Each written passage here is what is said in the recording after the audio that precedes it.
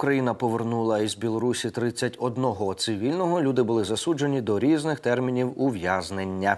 Від 2 до 11 років, повідомив координаційний штаб із питань поводження з військовополоненими. Зазначається, що додому повертаються жінки та чоловіки, затримані на території Білорусі. Серед них є хворі на тяжкі хвороби, зокрема онкологію. Переважно люди утримувалися за проукраїнську позицію. Про це й будемо говорити з нашим наступним гостем. До ефіру долучається Сергій Бульба, засновник Білого легіону, білоруський опозиціонер. Пане Сергію, вітаю вас.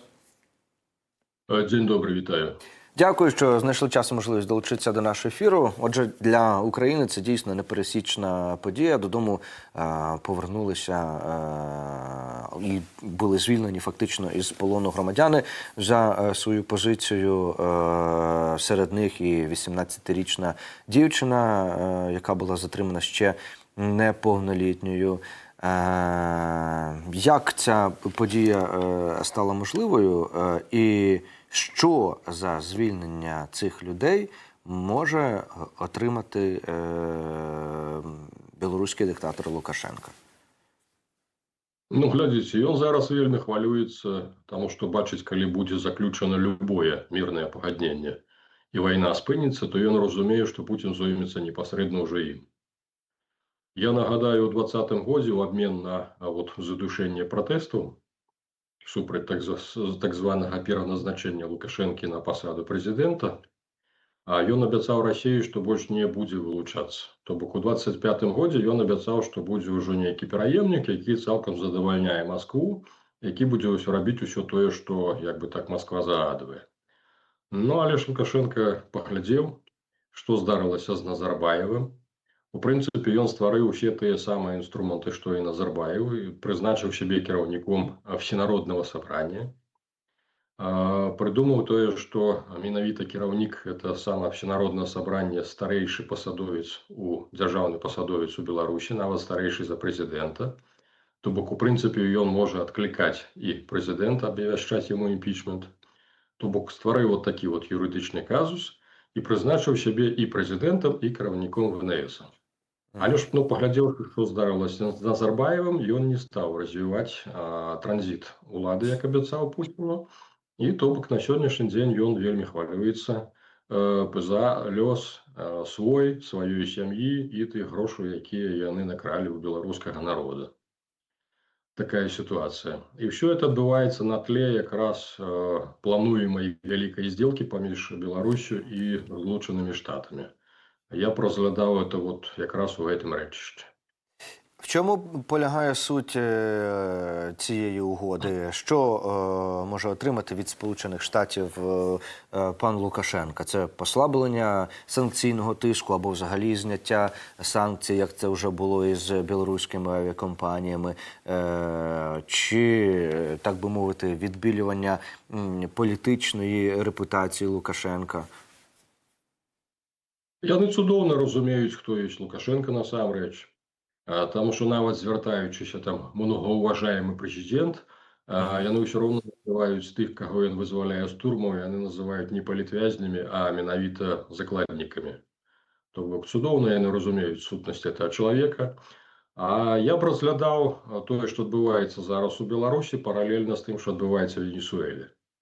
Два рэжыма вельмі падобныя. Што Мадура, што Лукашенко, абодва, што называецца, беспредзеляць. Абодва парушаюць усё, што можна.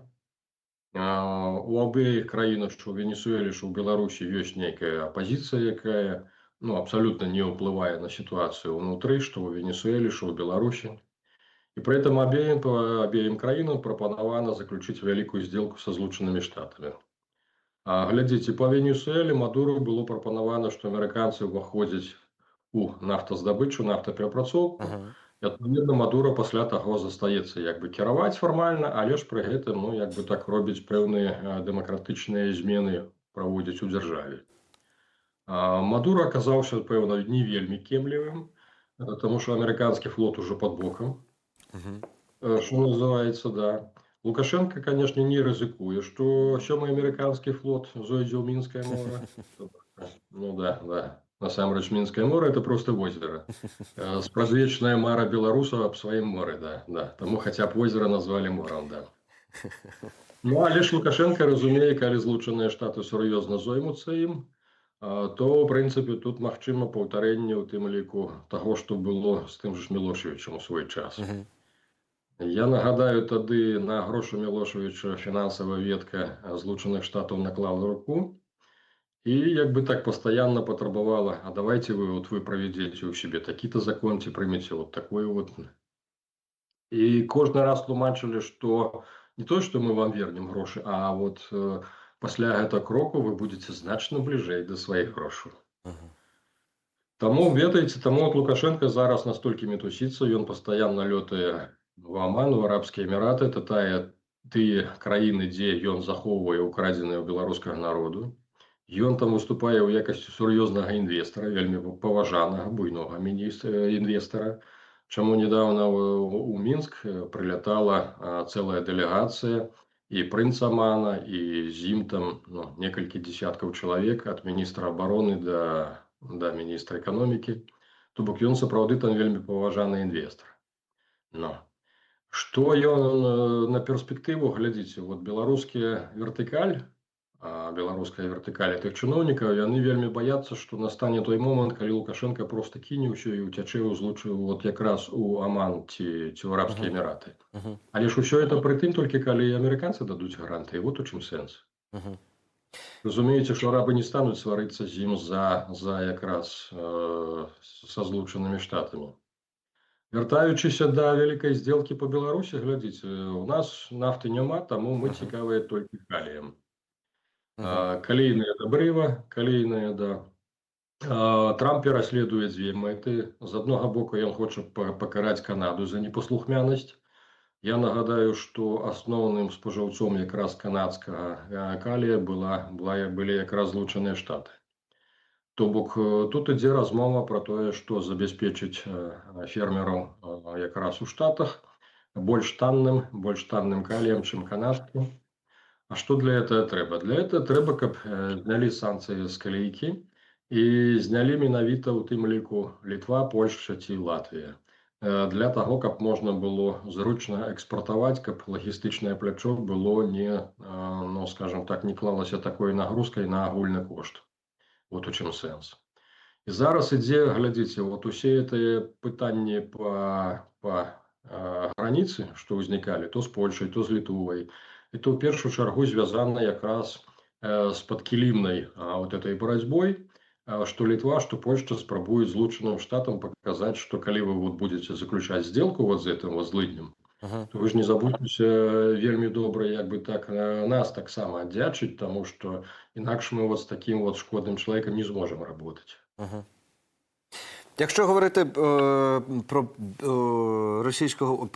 білоруського диктатора Лукашенка і калій, дійсно, це може бути ідеєю, але наскільки сильно потрібен Сполученим Штатам білоруський калій? Очевидно, що це було помічним, є одною із найважливіших, мабуть, галузей економіки Білорусі. Чи дійсно є потреба саме у цьому природному ресурсі? Чи, можливо, Сполучені Штати таким чином намагаються трохи від'єднати Білорусь від Росії і від російського впливу? Тут, ведаеце, одно і другое. Яны недавно унеслі якраз калій, надалі яму статус карыснага мінерала. То бок это гаворыць, што ўнеслі яго ў спісак, што называецца прыярытэтна для экспарта. Таму ён ім патрэбны, это раз. Другое, я б тут адзначыў, глядзіце, Злучаныя Штаты ў першую чаргу дэмантавалі геапалітычную ось Берлін, Москва, Пекін. І зараз заняліся якраз этой міні-осью Мінск, Москва, Пекін. То бок тут ідзе спроба не толькі адарваць ад Расіі, а ў першую чаргу ад Китая. Я нагадаю, што летась, у мінулым годзе, Лукашенко умудрыўся запрасіць на вайсковае навучанне ў Беларусь, натуральна сумеснае з Расіяй, запрасіць прадстаўнікоў Народна-вызвольнай арміі Китая.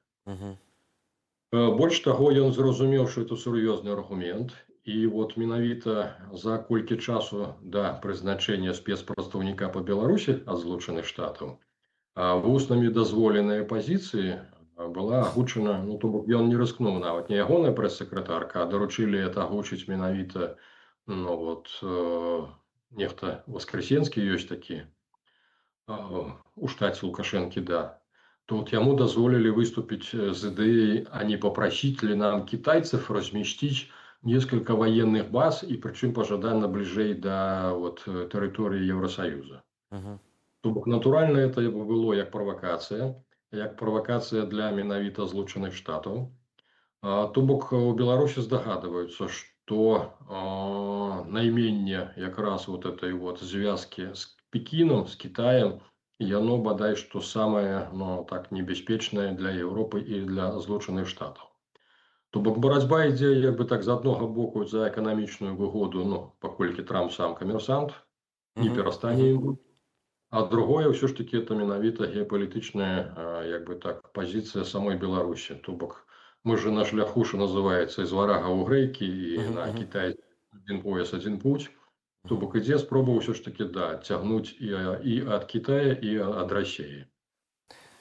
Зрозуміло. Пане Сергію, дякую, що долучилися до нашого ефіру. Дякую за цікавий погляд на цю історію і за змістовну розмову. Сергій Бульба, засновник Білого легіону, білоруський опозиціонер, був з нами на прямому зв'язку. Спасибі.